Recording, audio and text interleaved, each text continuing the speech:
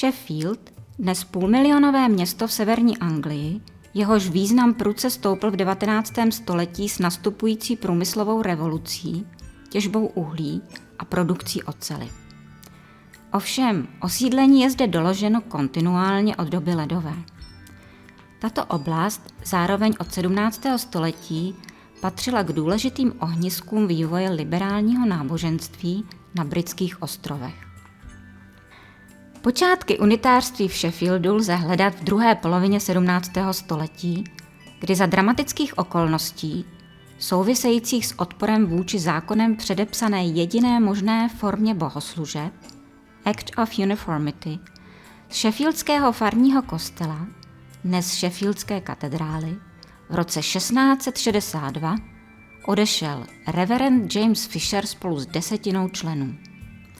To byl základ nového sboru, který zhruba o 30 let později založil reverend Timothy Jolly jako Sheffieldskou Upper Chapel. Jeho obec také nechala roku 1700 postavit budovu pro svůj sbor. Byla prvním nonkonformistickým bohoslužebním místem v Sheffieldu. Do dnešní podoby byla přestavována od 40. let 19. století. Průčelí kostela bylo přeneseno na opačnou stranu. Nově bylo tedy orientováno do velné krajiny. Původní režné cihlové zdivo bylo obloženo kamenem. Celá stavba byla zvýšena a nově k ní patřila také antikizující předsíň v paladiánském stylu, tvarovou upomínkou architektury starých Řeků a Římanů. Některé anglické unitářské sbory v 19. století dávaly najevo, že je pro ně důležitý i odkaz této kultury. Například jeho důraz na hledání moudrosti a rozvoj myšlení, který se neopíral o tradované autority, ale o rozumové úvahy. Úpravy budovy byly dokončeny v roce 1883 osazením krásných vitrážových oken. Autorem 9 z nich byl významný anglický umělec Henry Holiday. Okolo kostela býval do poloviny 19. století hřbitov. Jediné pohřebiště pro nonkonformní věřící v Sheffieldu. Zrušen byl až po vydání zákona zakazujícího pohřbívání uvnitř měst. Dodnes jej však připomínají náhrobní kameny v dlažbě nádvoří před vstupem do budovy. V dobách těsně po založení, tedy počátkem 18. století, měla Sheffieldská unitářská obec okolo 1000 členů, což byla 1/6 tehdejších obyvatel Sheffieldu. Dnes je doba samozřejmě jiná.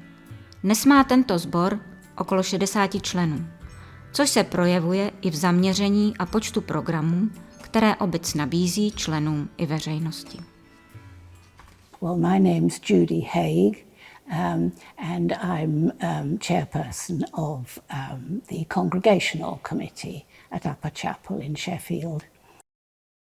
We obviously have Sunday services, mostly morning and evening on a Sunday, but we do have a lot of activities during the week. I think we feel it's worth it. Well, apart from the historic interest of the chapel, people of national distinction, actually, among musicians, rehearse here. We have some flourishing organisations. Strollers is our walking group for people who can walk, but don't want a hugely challenging walk.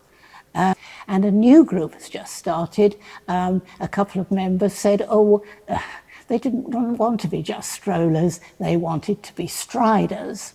So they do a much more energetic walk of about 10 or 12 miles. And I'm surprised actually, but it's proving quite popular.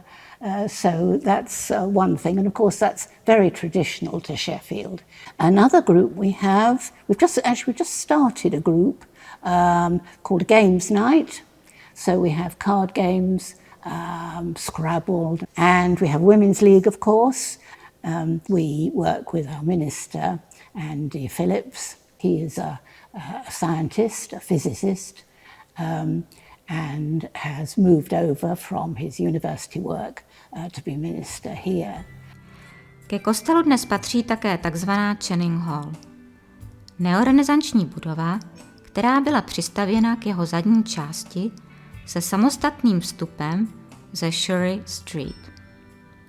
Základní kámen byl položen 14. června 1881 a stavba byla dokončena za necelý rok.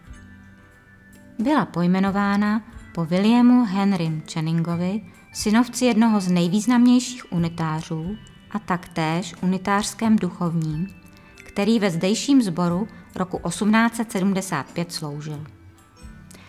Channing Hall byla zbudována, protože sbor tehdy potřeboval také jiné než sakrální prostory, tedy multifunkční sál pro společenské a vzdělávací akce, včetně své nedělní školy.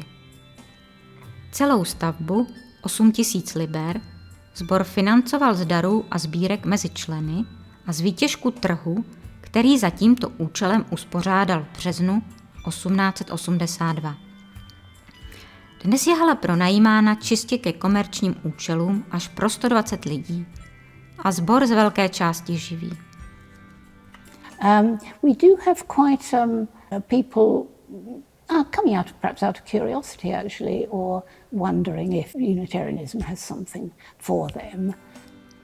Historie se v tomto místě snoubí s přítomností a velkou snahou jít vstříc budoucnosti, s jasným poselstvím náboženské svobody a toleranci a úcty ke všem jiným formám víry.